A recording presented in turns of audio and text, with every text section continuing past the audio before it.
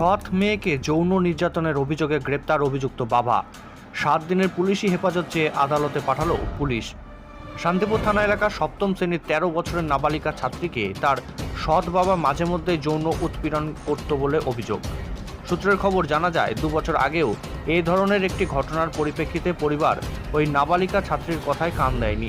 তবে সম্প্রতি মাসখানেক আগে একবার এবং সর্বশেষ গত 2 দিন আগে একই সাথে নাবালিকা কন্যা মা এবং তার সৎ বাবা ঘুমিয়েছিল একই ঘরে। ভোরের দিকে ওই নাবালিকা মেয়েকে শারীরিকভাবে যৌন নির্যাতন চালানোর কথা মাকে সকালে জানায় মেয়ে, কিন্তু বিষয়টি গোপন রাখতে বলে মেয়েকে। কারণ হিসেবে বলে ঘুমের ঘোরে অচেতনভাবে হয়তো ভুল করে ফেলেছে। কিন্তু নাবালিকা কন্যা তার দিদিমা অর্থাৎ মায়ের মাকে জানায়। নাবালিকার নাতনিকে দিনের পর দিন এ ধরনের যৌন লাঞ্ছনা থেকে মুক্ত করতে গতকাল রাতে ওই নাবালিকাকে নিয়ে দিদিমা শান্তিপুর থানার দ্বারস্থ হন গতকাল রাতে।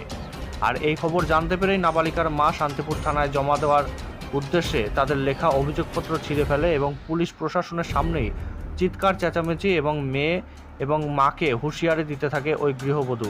যদিও ঘটনার পরিপ্রেক্ষিতে ওই নাবালিকার মা এবং সৎ বাবা দুজনকেই আটক করে শান্তিপুর থানার পুলিশ। পরে জিজ্ঞাসাবাদের পরে মাকে ছেড়ে দেওয়া হলেও বাবাকে আজ 7 দিনের পুলিশি হেফাজত চেয়ে আদালতে পাঠায় শান্তিপুর থানার পুলিশ। যদিও এই সময় মেয়ের প্রতি মায়ের মন্তব্যে জানা যায় বিবাহের উপযুক্ত বয়স না হওয়া সত্ত্বেও প্রণয় ঘটিত সম্পর্কে মান্যতা না পেয়েই এই বিরুদ্ধে অভিযোগ। এরকম স্যার আমি করিনি এরকম কিছু। আপনার বিরুদ্ধে অভিযোগ তুলছে বাড়ির স্যার ও একজনের সাথে ভালোবাসা করে, সে পালিয়ে যাবে বলে আমার সঙ্গে এরকমই করেছে। আমাকে যেতে দিই একাধিকবার তো এরকম ঘটনা না ঘটেছে। স্যার, একাধিকবার এরকম করেই নিয়েছি।